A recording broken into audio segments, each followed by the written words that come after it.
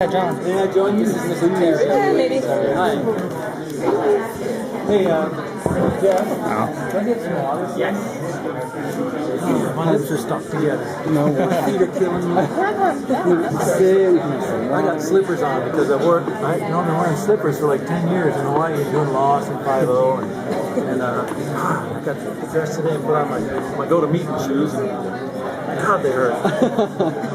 So I'm done. Perfect. Is it nice to be back on the mainland for this one then? Yeah, I think, thank you. It was nice to be, I loved working in Hawaii. And, if they had said, let's do Lost a couple more years, I would have done it, probably. I would have done it, but I respect their decision to not do it, and to stop it when they did, at the height of its, near the height of its popularity. So I was great with that. And I miss the mainland. Working is always the best thing. When I was in Hawaii and I was busy and I was working, I was happy. And it was fun to work outside, be on the beach and be in the woods. And but then when I would not be in an episode or two, there was a time when I was not in an episode for like 3 episodes in a row, and I had a month off and I went nuts. Because my home at the time was on the East Coast. So one time I made a trip from Hawaii. They said, Gene Higgins, our producer, said, you got the next episode and a half off, so you have 12 days. So I went home and they called me the next day after I flew all over and said, some of the film got messed up, and you got to come right back. It was like, I'm never doing it again. So I just stayed there. But that being said, I miss the mainland. I miss the flora, the fauna. I mean, Hawaii doesn't have crows. I mean, you wouldn't think you'd miss crows. But I miss them, and I missed... We have other birds there. I'm from Hawaii too, Not so... that many, but when you go on the beach, there's nothing there. Yeah, sure. No seagulls, all those ones that bother us. Yeah, that's in the continental US. I loved it there. It was a great place to work. You know how Hawaii is such a big part of Hawaii Five-0. I love your art there, and I'm sorry you won't be able to come back. But the show can make it right. I'm sure you do this. But do you think that New York is essential to the part of your success because it has the old buildings? Yeah, I think, they can always do, they can start a series and shooting in LA and shooting on sets and stuff and travel back to New York once a month and take pictures there. But I think it's essential to us as a cast. I think it gets into your head. I was raised in the country and I always lived in the country. And I think you get a different mindset when you live in that city. For the more time you spend there, the more you become accustomed to it. I auditioned for a play once, and it was when John Malkovich, Dustin Hoffman did Death of a Salesman in New York. And I auditioned. I got called. Arthur Miller was in the house when I auditioned. They called me back. I auditioned again, and they said, "Can you sound more like you're from the city?" I said, I can sure try. And I came back again, and I think I sounded like Finny, whatever his name is. Something I was talking like this, and I didn't know how to talk. It was terrible, but I think it helps to be there.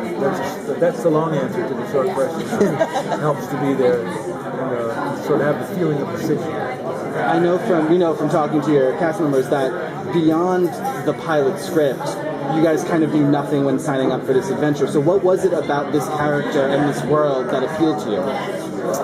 The fact that somebody was going to pay me to do it. that was the first thing that appealed to me. It's, I rarely say no to jobs. And quite honestly, I'm being honest with you. In pilot season, if you want to work on series television, and I do, I love it. I love the regularity of it and knowing the family of it and working with the same people and working fast. If you want to work on that, when pilot season comes along, it's not like you're going to get a script and you're like, well, this looks pretty good. I think I'm just going to wait for something better. Usually you say, this looks pretty good. I better take it.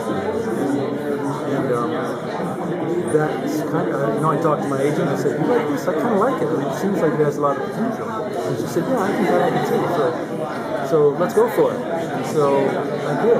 Now, that being said, I'm still hopeful that the character that I played, as portrayed in the pilot, develops some some more ambiguity, and a little bit more complexity. Because at the moment he's just bad, as far as I can see. So you have to go into it with unless you made the whole thing up yourself, unless you wrote it, there's always going to be some doubt. But we have a great cast, and the pilot looks really good. So, one of my top 3 or 4 priorities when I go to work, especially on the series, is that I'm happy to go to the set because of the people who are there. As much as the stuff that I'm doing, the people there are great. How would you describe the show to someone who hasn't seen it or heard about it? It's a show of I own a big hotel in Manhattan. My wife is Vanessa Williams. We own it together, and apparently it's a wellspring or a font of power, and it must be supposed that it's evil power, or else when it comes through me, I turn it into evil power because I've learned to tap it, and apparently I have some control over that power, so I can make Faustian bargains with people if there's something you want. My character believes everybody wants something. If it's something you want it bad enough, and I can tap into your greed or into your desire. You then have to offer it to you. Then we'll sign a contract, and at the end of that contract, you'll give me everything, basically yourself, your soul, and apparently your life. I'm not sure if, in fact, you then have to be fed to the building. So far it seems that way. It's a cross between like Little Shop of Horrors and Twilight Zone and Rosemary's Baby. I'm not sure, but it's And so at the moment, I'm just bad. Just a bad man. Is it fun to play the bad man though? It's fun to play a bad man. It's fun, but it's more fun to play something when you believe that you can make an audience wonder what you're going to do. When there's something where you believe that your character is capable of surprising you. Lock. Well, exactly. And when people have asked me, "Oh, don't you know what you're going to be seen as that character probably for a long time." I can live with that. That was a great character. I mean, he was a complex individual like all of us are. That's what I loved about him. He was a little bit more. But that's what I like. Not that I'm aware of. No, I scare really easy. So I don't even watch things. I watched this and I saw the pilot. There's, I don't know if any of you saw it. There's a woman appears behind the ladder, and I was like, I get chills up and down.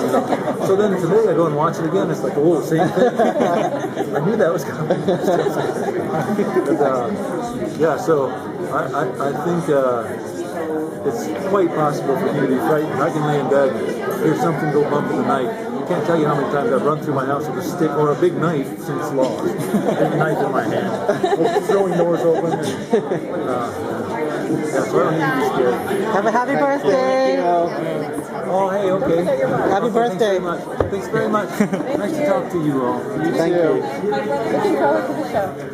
Yeah, well, good. I hope so. I hope you see